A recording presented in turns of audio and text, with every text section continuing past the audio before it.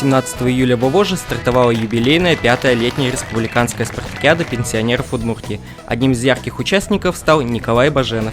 Раньше он работал пожарным и ликвидировал последствия аварии на Чернобыльской АЭС. Сейчас со своей овчаркой пробегает по 4 километра в день. В свои 64 года ставит задачи максимальные. Выиграть 100-метровку я являюсь трехкратным чемпионом уже. ГТО двухкратным чемпионом. Мастер спорта. Пока жить буду, все буду участвовать. Нешуточная борьба за победу развернулась и в бассейне Вовожского спорткомплекса «Здоровье». Стать лучшей хотела самая старшая участница сборной Ижевска, 78-летняя Людмила Зорина. В молодости бегала, а последние 5 лет занимается плаванием для здоровья. Я мотивирую, чтобы все занимались. Надо держать свои мышцы в тонусе, иначе болезни подкрадываются на каждом шагу.